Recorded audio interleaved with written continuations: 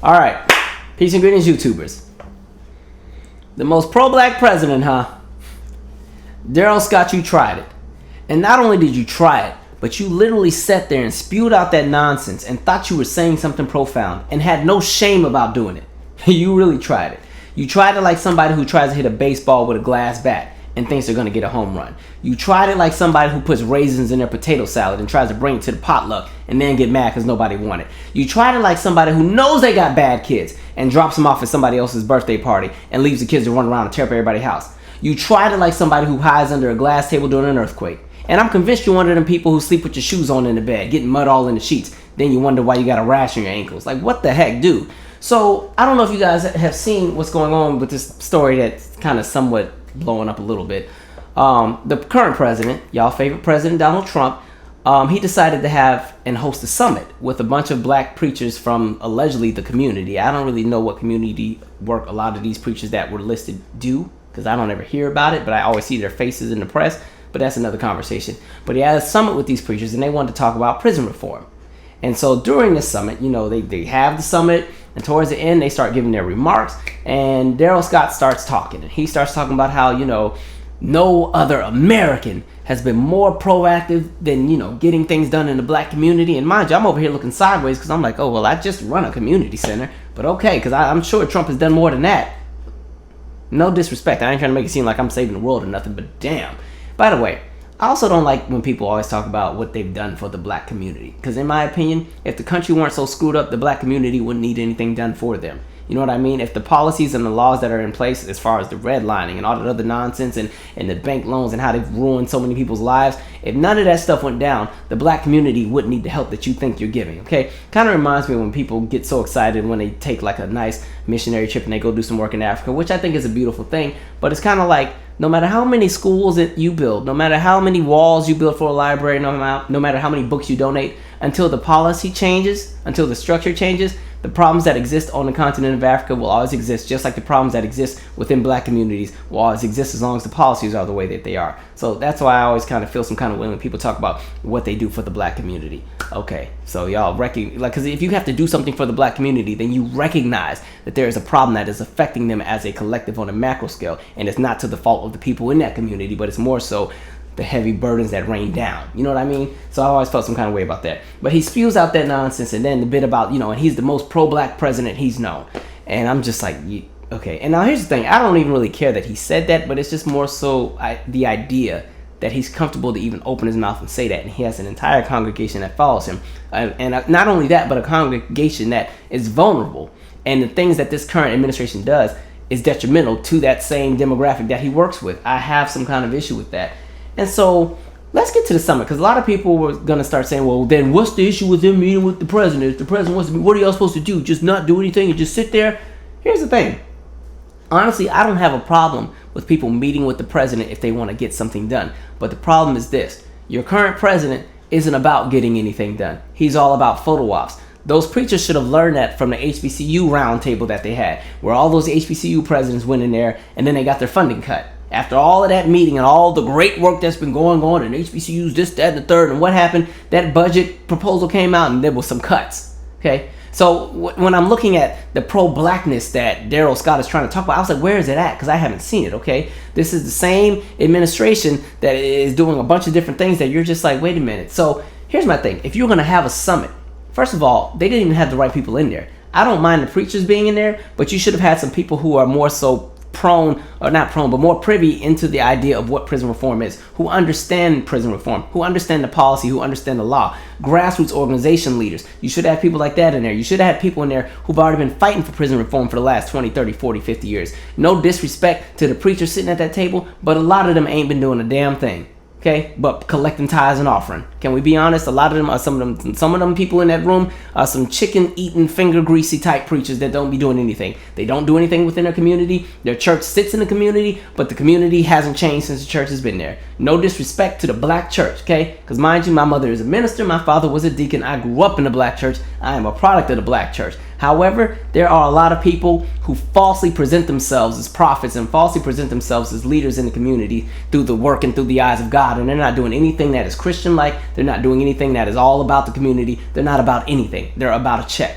those are people you need to be careful of. All right, I'm saying, like, if you go to one of those churches and the pastor's supposed to be all this, that, and the third, and y'all been working on the building fund for 30, 40 years, you haven't seen anything in your church change, nothing in your neighborhood change, nothing in the church has changed at all but the carpet, and the only thing that you keep seeing is that the first lady got a new outfit every Sunday, and I mean fancy outfit. I mean, good, got on mink, okay? Even got a hat that's mink, and it's squirrel tail, and this girl has stripes, okay? If that's the kind of person that you're following, you might want to reconsider. Not to sit here and preach to anybody, but the Bible does have the whatchamacallit, where it says that they give people the spirit of discernment, where you should be able to see through nonsense. So I'm just saying this a lesson to a few of you. Be careful with who you follow. But back to my main point.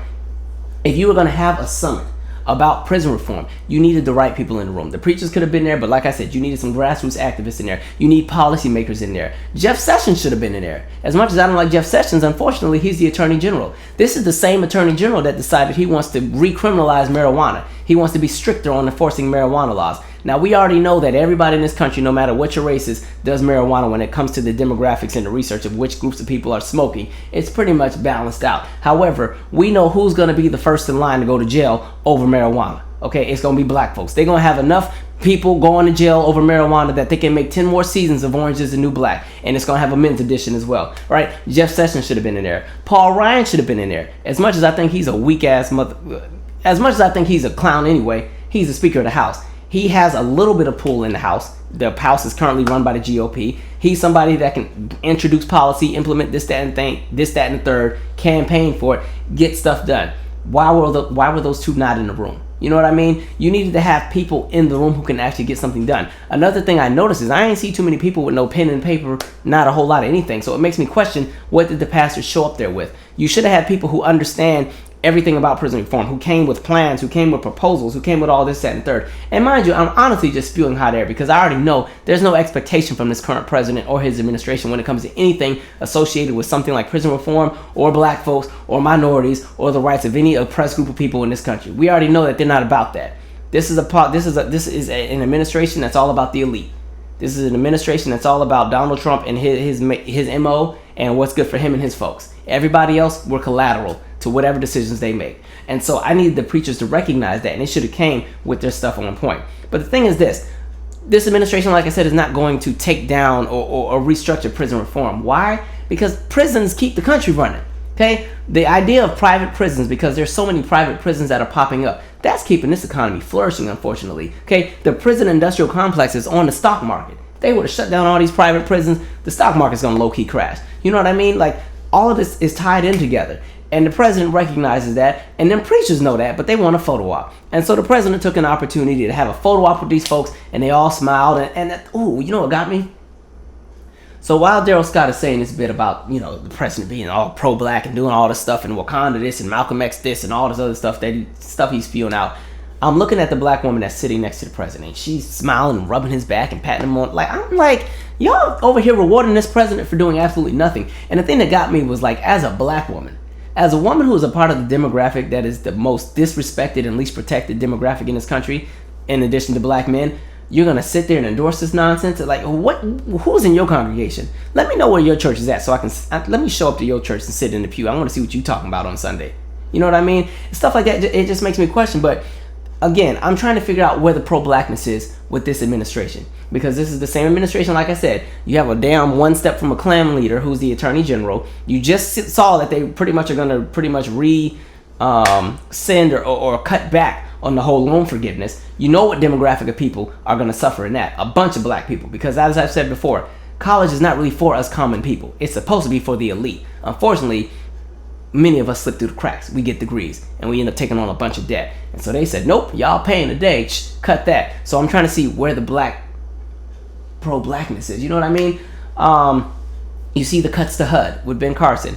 Everybody is under HUD no matter what the demographic is, but there is a large amount of black people under HUD. You see that they're cutting that. I'm trying to figure out where is the pro-blackness. Even, they don't even want y'all Negroes voting, okay? You have states that are cutting back their voting hours on Sunday. What happens on Sunday? Church folks, y'all should know this. Souls to the polls, okay? They recognize that a lot of churches get in buses and church vans, even if the vans don't even start right.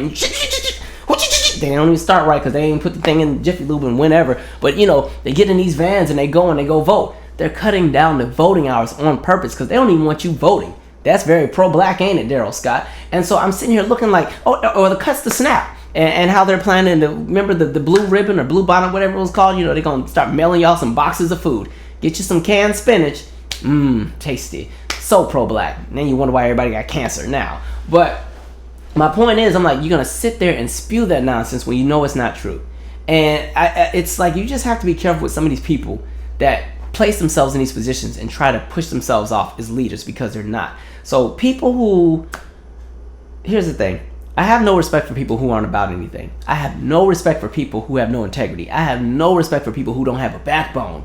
This dude got all the backbone in the world to put them 10 boxes of Just for Men in his hair because he looked like Lloyd Banks with a damn Benji jet black hairdo. Looked just like the rapper Floyd Banks. But anyway, it's like I have no respect for people who aren't about anything. And the thing is, what gets me is because these are preachers, these are people that are working with the most vulnerable. There's so many people who are hurting. There's so many people who deal with all kind of, issues in their own personal life. People who might have just been on the ledge last week. People who might be at their wits' end. People who just don't have the answers. And they look to religion to make things make sense for them. No matter which religion it is, some people look to Christianity, some look to Islam, some look to Buddhism, Hinduism, whatever it is that people look forward to. They look to it to build themselves up. They look to it to give them guidance. They look to it to help them feel better or just matriculate through whatever it is that they're going through.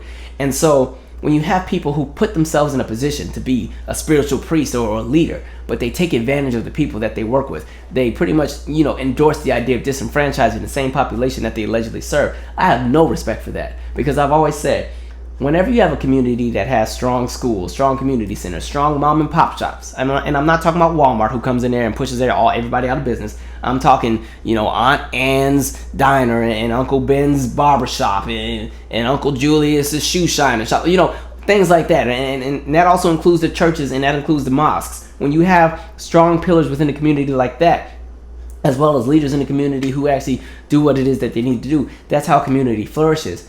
So when you're somebody who wants to step out there as a preacher, I just believe, especially as a black man, Darrell Scott, you have an expectation to your community. So when you go and you do that kind of nonsense, we see where you stand. And so anybody who's in that man's congregation, I don't know what to tell you. I don't know if the choir is good at his church or what, but I would take anything that man says with a grain of salt. Because clearly he's asking Trump, how high should he jump? Because he wants to, some people are just about image. Some people, they chase an image. They chase, pretty much something where people can kiss their behind. Some people just really chase the spotlight all day. They're not about anything. They just want people to give them kudos for doing absolutely nothing. I have no respect for that man. Absolutely none. He is weak, soft. I'm sorry. If you go to his congregation, you can fight me in the comment section. I don't care. He's not about anything. I have no respect for him. Now, mind you, don't get me wrong. I believe there are a ton of pastors and priests and people who are in a bunch of different religious organizations or entities that do a lot in the community, that really fight and claw. And I like the Tony Lee guy in DC who his church, they do HIV testing free for the community. They got the food bank. I think they built a music program in one of the middle schools nearby. They even work with the police. And at first aside, when I read about it, but it's more so about community policing and helping to bridge the gap within the differences between the police and the residents that they serve. And that program has worked so well that crime has actually gone down in that region where his church is located. Stuff like that I have respect for. When you're trying to do things that are, somewhat helpful, but when you're just sitting there and you saying that nonsense, and I can guarantee you he probably collecting all the tithes this week. All right, he about to have a brand new pair of Stacey Adams, and he might be like Creflo Dollar trying to buy a jet. Because remember, Creflo Dollar needed $60 million to get a jet so he could fly around the world and do his ministry. And I was like, $60 million is enough to pay hundreds of people to go and do exactly what it is you want to do. If you a man of the cloth, you such a preacher, you need to be on Coach in Delta with the rest of us and tell me why I need to get my life together. You don't need to be on another jet because I'm already on the plane anyway because I think it's about to crash. You need to be giving me some guidance, okay? You too good to even sit in first class. So I know you're not coming to coach. What kind of preachers y'all following? Anyway, hot mess. The most pro-black president. I told you, I don't like them phrases anyway. I don't like phrases like pro-black, even though I say it all the time. I don't like phrases like woke. I don't like a lot of those phrases because now people take them and use them and it becomes so cliche. And they're using them with the wrong definitions, the wrong context, the wrong everything. A lot of it is starting to become an image because it's currently the cool thing to do. It's currently cool to be a black person who is assertive with a bit of a platform. It's currently the cool thing to call out white supremacy. It's currently the cool thing. So a lot of people are jumping on that. Anyway, I'm out. See y'all later. I'm going to bed, y'all. It's like 12:30. I should have been asleep a long time ago. I got to get up at 6. Anyway, I'm out. Subscribe.